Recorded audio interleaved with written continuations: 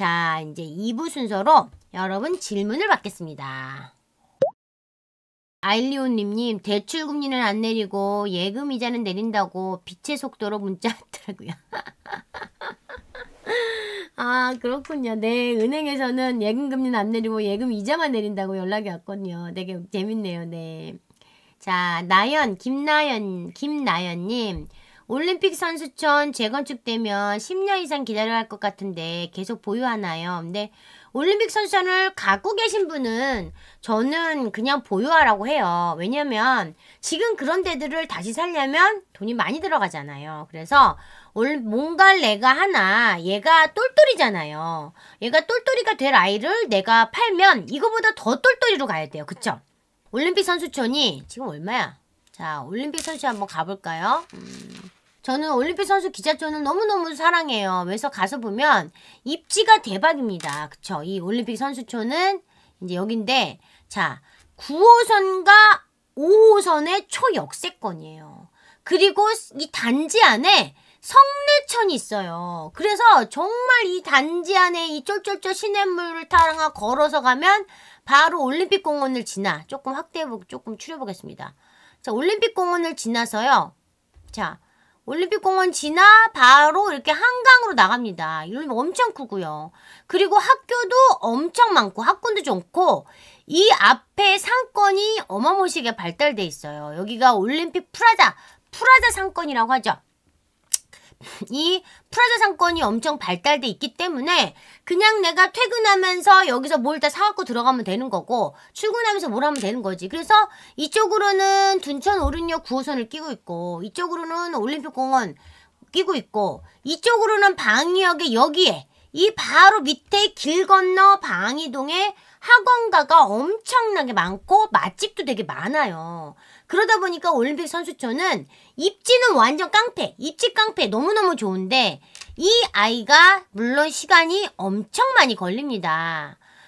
그런데 이 대지 지분을 가지고 내가 조금 사업성이 좋냐 안 좋냐를 판단했을 때 대지 지분이 평균 대지분이 26.7평으로 굉장히 나쁘지 않은 굉장히 좋은 수치를 갖고 있습니다.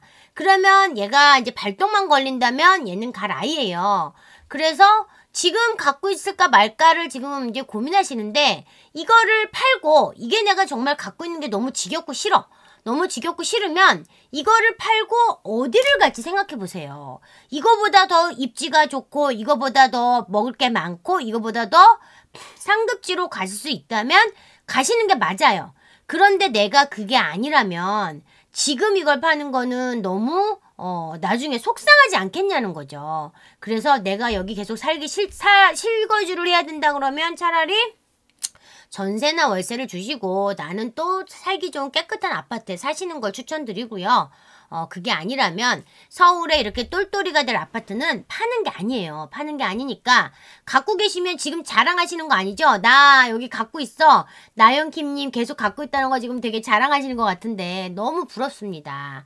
지금 이걸 사기에는 부담이 너무 크기 때문에 못 살고 못 사시는 분들도 많고 아직은 극초기 재건축이기 때문에 이거보다 더 단계가 좀 빠른 거 그런 거를 좀 사서 그냥 차라리 그때 한번 갈아타는 것도 나쁘지 않다 이렇게 추천을 하는데 어떤 분이 오느냐 지금 갖고 계시냐 지금 살 것이냐 투자금이 얼마냐 이 투자금 대비 가성비를 어디에 꽂을 것인가 1대1 상담을 하다 보면 굉장히 그 한 분 한 분에 대한 베스트 솔루션이 딱 나와요. 그래서 이 나연님은 이걸 갖고 계시다면 저는 이거보다 더 좋은 상급지가 없다면 계속 보유하시는 게 어떨까 저는 추천합니다. 아니면 잠실 엘리트나 네, 질문이 연결됐습니다. 김나연님. 아니면 잠실 엘리트나 강남 용산 한남 쪽으로 갈아타는 게 좋을까요? 라고 말씀하셨어요. 물론 이 올림픽 선수촌보다는 강남이나 용산이나 한남이 훨씬 좋지요. 왜냐면 또 이 용산 한남은 이미 또 단계가 많이 나갔기 때문에 그래서 만약에 수평 이동이 가능하시다고 하면 갈아타는 거 당연히 좋습니다. 갈아탈 수 있다면 제가 말씀드렸잖아요. 여기보다 상급지로 가면 갈 수 있다면 갈아타는 게 괜찮아요. 그래서 저는 갈아타셨으면 좋겠습니다. 예, 이걸 옮겨 탄다면. 근데 이제 그보다 아닌 지역으로 간다면 여기 근데 돈이 많이 들어가서 과연 갈아탈 수 있을지 그게 살짝 걱정입니다. 여기를 수평이동해서 갈아탈 수 있다면 단계가 좀 더 빠른 걸로 갈아타시는 거 추천드립니다. 아셨죠? 퀀텀점프님, 안녕하세요. 반포 쪽 물건을 보고 있는데요. 반포 자이의 경우 국평기중 41억에서 52억까지 금액이 다양합니다. 어떻게 해야 정확한 금액을 파악할 수 있을까요? 전화해보니 48억 출발부터 이야기하는데 진짜 정확한 가격을 어떻게 파악해야 하는지 궁금합니다. 앨리스님의 조언을 부탁드려요. 네이버 부동산과 현실 가격과 괴리가 너무 커서 혼란스러워요. 맞습니다. 제가 아까 방송 초반에 말씀드린 게 그거잖아요. 실제로 네이버 부동산에 나와 있는 가격이 너무나 렌지가 범위가 크고 또 이 네이버 부동산과 실에 나와 있는 이 가격이 너무나 지금 괴리가 커요. 실거래가를 찍고 나서 그 다음에 가격이 너무 많이 올라버리니까 그걸 받아주기 힘드니까 사실 이 잠깐의 이 기다리는 받아들이는 완충 이 가격을 내가 좀 받아들일 수 있는 그런 시간이 필요해요. 그러다가 하나 팔려서 실거래가를 딱 찍어버리면 이제 그 다음 위로 또 그 가격이 올라가고 올라가게 되는 거거든요. 그래서 내가 진짜 여기를 살 거면 실제로 현장에 나가서 나와 있는 물건, 출발이 되는 물건을 보셔야 되는 거죠. 네이버 부동산을 믿지 마세요. 네이버 부동산에 나와 있는 물건은 어떻게 보면 부동산에서 처음에 물건을 받았을 때 그 가격, 그 가격으로 올려놓고 막상 누가 사겠다고 오고 집을 보고 오거나 주인한테 전화를 하면 주인이 나 그거 잠깐 보류해요. 나 그거 지금 안 팔래요. 이런 물건들의 확률이 되게 높고 날짜를 보세요. 네이버 부동산에 나와 있는 날짜를 한번 보시면 예를 들어 뭐 지금 내가 목동이니까 목동에 간다고 보세요. 목동에 갔는데 목동 신시가지 13단지가 물건이 이렇게 많단 말이죠. 그러면 이 가격 낮은 물건이 없네. 와. 자, 최신순과 최신이 아닌 순으로 제가 이렇게 소팅해봤습니다. 5월 16일 날 내놓은 물건이 있어요. 화면이 이제 안 보이네. 요렇게 네이버 부동산에 보면 여기 날짜가 있죠, 날짜.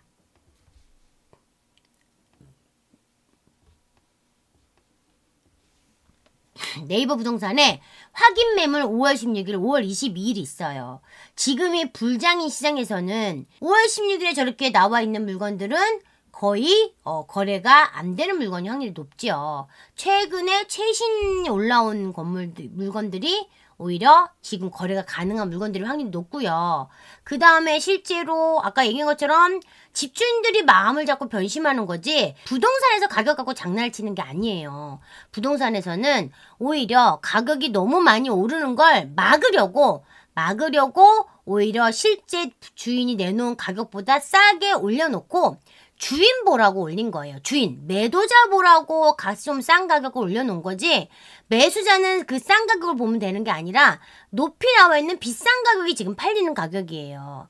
그런데 41억부터 50억까지 나와 있다고 얘기하지만 거의 52억 쪽의 물건이 오히려 출발이 될 거라고 저는 봐요. 그러면 실제로 그걸 모르니까 부동산에 다 전화해보고 실제로 가서 보시고 부동산에서는 전화로 물어보면 여러분이 그냥 물어보는 손님인지 실제로 살 손님인지 물건을 빼가는 사람인지를 구분할 수 없기 때문에 전화로만 하면 여러분한테 제대로 된 정보를 안 주고 일단 나와보라고 한단 말이죠. 그래서 진짜 내가 살 거고 진짜 내가 뭐 쏠 거면 현장에 나가서 부동산 하나하나 다 돌아보시면서 물건을 적어보세요. 적어보시면 얼마에 나와 있는지 너무너무 알 수 있는 거잖아요. 저도 그래서 물건을 찾으러 일부러 현장에 나가고 실제 매수 손님이 있고 이러이런 물건에 대해서 파악을 하나하나 다 하는 거예요. 모든 부동산 나와 있는 걸 다 뒤지고 실제로 출발이 되고 어떤 게 그거 어떤 게 안 되는 거 어떤 게 뻥칸지를 다 파악을 하기 때문에 진짜 이거는 노가다예요. 하나하나 노가다이고 실제로 현장에 가야 되고 그렇기 때문에 어떤 어떤 지름길이나 어떤 별다른 방법이 있지 않습니다. 현장에 가서 확인하셔야 되는 거고, 이 지금처럼 이 상승장, 불장에서는 네이버 시세가 현장의 가격을 따라가지 못합니다. 하락장에서도 마찬가지로 물건이 뚝뚝뚝뚝 떨어질 때도 네이버 시세가 이 하락장을 따라가지 못하는 게, 막 현장에서 금매가 나오면 금매는 부동산에 안 올리거든요. 너무 누가 봐도 금매면 이건 누가 한 명만 오면 내가 팔 수 있기 때문에 부동산 소장님들은 양타를 해서 내가 복비를 둘 다 먹으려고 그 완전 싼 거, 누가 봐도 한 명만 와도 팔 수 있는 물건들은 네이버에 안 올려요. 그러다 보면 오히려 이 부동산 하락장에서는 또 정말 싼 매물을 또 이 네이버 부동산이 또 못 쫓아오고, 지금처럼 부동산 상승장에서는 진짜 이 네이버 시세가 이 상승을 담아내지 못합니다. 그래서 여러분이 책상에 앉아서 네이버에 나와 있는 가격만 보고 판단하시면 안 되고요. 실제로 현장에 나가보시고 전화를 돌려보시면 그 지역의 상황, 지금 상황이 어떤지 아시게 될 거예요. 부동산 소장님들이 거짓말쟁이라고 생각하시면 안 되고, 그 시장을 정확하게 알려주시는 분들이에요. 물론 조금 좀 장난하시는 부동산도 있겠죠. 그런데 장난하시는 부동산인지 아닌지는 실제로 나가서 다른 데 전화해보시면 알게 됩니다. 아셨죠? 그래서 여러분이 내가 정말 살 거고 판단이 안 선다, 시간만 간다 그러면 차라리 이제 강의를 좀 들어보신다든지 아니면 상담을 신청하시러 오시면 여러분의 시간도 세이브되고, 제가 또 깎아도 주고 내고도 해주고, 정말 좋은 물건을, 이게 더 이 A, B, C, D, E, F 중에서 이 물건이 제일 좋습니다, 고객님한테 이 물건이 맞습니다, 이렇게 추천을 해드리니까 상담을 오시는 것도 정말 시간과 돈을 절약할 수 있는 방법이지 않나 싶습니다. 자, 밥 잘 먹자님, 앨리사님 2년 전 목동 14단지 22평 몸테크하러 들어왔어요. 23년 8월에 10억대에 사면서 이게 맞나 했는데 오늘 실거래가 16억 가까이 찍히더라고요. 갑자기 왜 이러는지 의아했어요. 질문입니다. 저희는 사실 4식구이고 큰아이가 예비중등이라서 큰 평수로 가고 싶은데 지금 저희 사정상 다음 목적지를 어디로 잡아야 하는지 모르겠습니다. 방배 쪽 가고 싶은데 저는 지금 목동을 갖고 계시면 물론 22평이라 조금 작으시잖아요. 작으니까 넓은 평수로 좀 가고 싶은 마음이 있으실 것 같아요. 그런데 이 목동이 지금 대지지구니까 사업성이 되게 좋기 때문에 대부분 분담금이 많이 안 나와요. 분담금 제가 요번에 온라인 8호에 목동 재건축에 대해 썼습니다. 되게 디테일하게 썼는데 목동은 대부분 다 환급이 나오거나 분담금이 많이 안 나오기 때문에 차라리 목동에서 버티면서 똘똘한 새 아파트를 받는 게 맞는 것 같아요. 근데 지금 방배 쪽 가고 싶다고 하셨지만 이 16억을 가지고 이 실거래가 16억 찍었다고 했잖아요. 이 16억을 가지고 방배 쪽으로 갈 만한 데가 많지 않을 거예요. 그렇게 되면 내가 훨씬 더 좋은 급지에 남아있다, 여기서 버텨서 내가 10년, 지금부터 10년을 버티면 그래도 단계가 어느 정도 나가 있거나 조금 그래도 눈에 보이는 가시화된 재건축이 진행되고 있지 않을까. 그래서 지금 몸테크를 23년 8월 달에 오셨는데 꼴랑 이제 한 2년 지났는데 벌써 팔 생각을 하시기보다는 꾸준하게 묵혀서 내가 지금 목동을 사라는 거 아니고 이미 갖고 있으면 지금부터 10년이 지나면 아마 엄청난 큰 부자가 되어 있지 않을까 생각이 듭니다. 자, 그래서 저는 갖고 계신 분들은 똘똘한 거는 팔지 말고 갖고 계시라고 하고요. 지금 내가 돈이 만약에 아무것도 안 하고 있기에는 좀 불안하다, 답답하다 이러신다면 차라리 목동이 집값이 많이 올랐기 때문에 그 집값 오른 부분에 대해서 대출을 조금 받아서 그걸로 좀 용돈벌이용을 가볍게 사서 거기서 돈을 좀 버시면 대출 이자도 벌고 생활비도 벌고 학원비도 벌 수 있잖아요. 차라리 그런 투자가 더 맞지 않나라는 생각이 듭니다. 그래서 여러분 그러기 위해서는 좀 공부 좀 하셔야 되니까 지역 분석 수업을 좀 들어보시면서 내가 서울에 어떤 지역을 좀 가볍게 1, 2억, 2, 3억 갖고 살 수 있나 이런 것도 공부해주면 되게 좋을 것 같습니다. 꽁꽁꽁님, 안녕하세요. 첫 투자를 하려고 합니다.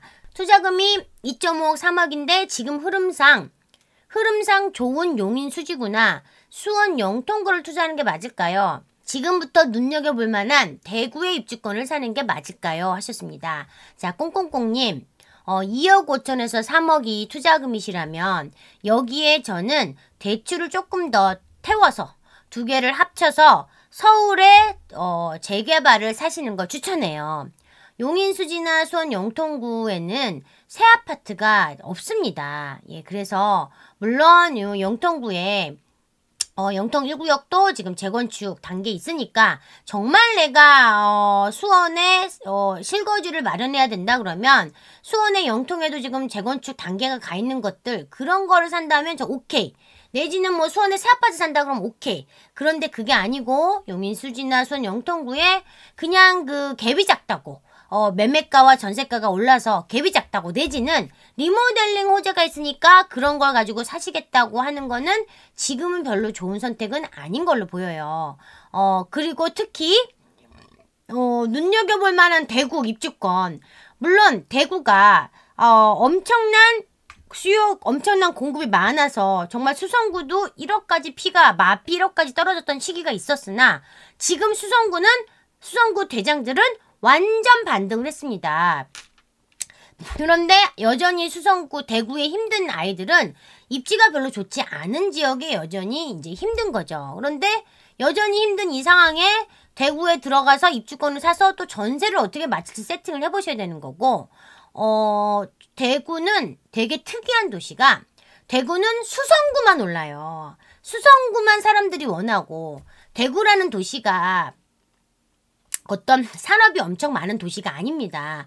되게 소비의 도시이고 어떤 이런 뭐 일자리나 이런 것들이 굉장히 많이 있는 도시가 아니에요. 근데 대구에 사람들이 이제 가는 이유는 원래부터 살았던 사람들이 되게 부자가들이 되게 많아요. 대구는. 그래서 그분들은 서울에 갖고 있고 뭐 부산에 갖고 있고 수성구에 갖고 있고 이런 분들이 많고 대구 수성구에는 우리 서울의 강남의 대치동 같은 도시예요.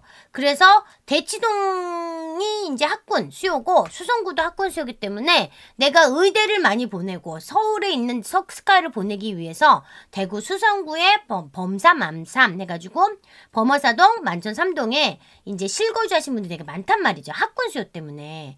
그래서 그런 데들만 미친 듯이 오르고 이 여파가 주변으로 갈 거라고 생각을 하시지만 사실 대구가 되게 특이한 게 그 주변으로 키 맞추기를 하는 시장은 아니더라고요. 그래서 이 대구의 입주권을 사는 것보다는 저는 어떻게든 2억 5천이든 3억에 수도권이든 서울이든 내가 어차피 2억 5천 3억밖에 안 된다. 그러면 뭐 수도권에 똘똘한 재개발, 재건축 재개발을 사신다든지 아니면 내가 여기에 플러스 알파로 대출을 좀 태울 수 있다. 그러면 정말 가랭이 찢어지게 서울의 끝자락에도 잡아볼 수 있지 않을까. 저는 그런 생각이 들어서 꽁꽁꽁님은 제가 정말 이건 유료 상담이나 다름없는 그런 상담을 해드린 것 같아요. 마지막 질문입니다. 자, 미생님. 위례서울 25평 20년도 매수 가격이 오르지 않고 있어요. 전세 주고 있고 저는 가락동 전세 살고 있는데 위례 팔고 30평대 가락동 재건축이 나을지 아니면 2주택으로 갈아탈지 고민입니다. 전세 살고 있는 집 포함해서 현금 7억 정도입니다. 자, 위례 서울 25평을 갖고 계신다고 합니다. 그런데 이제 위례 같은 경우는 왜 안 오르는지 잘 생각해 보셔야 돼요. 이거는 제가 또 말을 잘못하면 또 이제 위례분들이 굉장히 이제 속상하실 수도 있습니다. 위례를 한번 가볼까요? 네, 위례를 한번 가보겠습니다. 자, 위례가 지금 이렇게 있는데 위례는 위례 신사선이 좀 들어가줘야 되는데 위례 신사선 자체가 위례를 만들 때 해주기로 약속을 하고 그 모든 게 분양가나 아파트 가격에 이미 녹아내려져 있었던 거예요. 그쵸? 그런데 얘가 벌써 입주한 지 벌써 몇 년 차야. 위례가 지금 뭐 이제 조금 더 들어오고 있지만 위례가 지금 벌써 입주한 지 10년 차예요. 10년 차가 돼가고 있는데 완성은 다 돼서 위례 자체는 너무 살기 좋단 말이죠. 위례가 평지면서 학군도 다 있고 안에 막 상권이 쫙 돼 있고 너무너무 살기 좋아서 위례 사신 분들은 너무너무 좋다고요. 굉장히 자연 친화적이고. 근데 위례에서 어딘가 밖으로 나오려고 하면 너무 불편하단 말이에요. 우리가 송도도 마찬가지잖아요. 인천의 송도도 너무 평지고 학군 좋고 상권 좋고 뭐가 뒤쪽은 바다 있고 숲 있고 너무너무 좋아. 여자들의 천국이야. 너무너무 좋은데 송도에서 밖으로 나오려면 너무 힘들단 말이야. 네? 그래서 얘네들이 송도에 GTX-B가 들어간다고 했어요. 그래서 GTX-B가 들어가는 거를 이미 다 땡겼었어. 다 땡겼었는데 하락기가 오고 GTX-B는 안 들어가니까 완전 바닥을 치고 이제 조금씩 이제 올라오고 있는데 그 올라올 때 입지 순서대로 올라오는 거 아니에요. 왜냐면 서울에서 너무 머니까. 그들만의 리그지 서울에 출퇴근할 수는 없으니까 서울의 흐름을 영향권을 받을 수가 없어요. 근데 위례도 어느 정도 성향이 좀 비슷한 게 위례 자체는 사실 너무 좋습니다. 바로 가까이 있고 그런데 이제 위례는 교통이 너무 불편해요. 서울을 나오려고 하면 밑에 저 8호선 남위례역까지 나온다든지 뭔가 버스를 타고 나와야 되는데 이 길이 나오는 길이 많지가 않단 말이죠. 그러다 보니까 자가가 있지 않고 자가가 있어도 너무 많이 밀리고 자가가 없으면 너무 힘들어요. 돌아 나와야 되니까 너무 멀어. 그러다 보니까 아무래도 위례가 이 분위기 엄청 좋을 때는 위례 신선을 띄웠고 부동산 상승장일 때는 이런 여러 가지를 다 먹고 엄청 올랐지만 실제로 이 회복이 좀 더디죠. 그래도 대장주들은 많이 회복이 되고 있는데 회복이 더디기 때문에 만약에 정말 위례를 팔 수 있다면 위례를 팔고 한 단계 더 앞으로 나온 송파구 재건축 사시면 되게 좋을 것 같은데 지금 송파구의 재건축 아파트들이 정말 계좌 받기가 너무 어려워요. 그래서 좀 빨리 진행을 하시는데 송파구에 이런 재건축되는 것들도 그냥 오래됐다고 해서 재건축되는 게 아니에요. 단계가 좀 나간 것들 사업성이 좋은 것들을 선택해서 그런 거를 하셨으면 되게 좋을 것 같습니다. 지금은 2주택으로 쪼개는 것보다는 저는 한 주택으로 똘똘한 하나로 가는 게 나중에 큰 상승을 볼 수 있지 않을까 생각됩니다.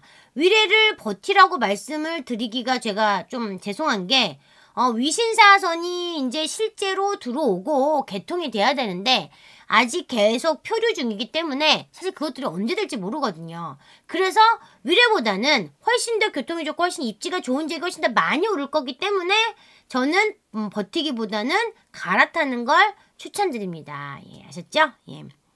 자, 오늘 벌써 11시가 넘었어요.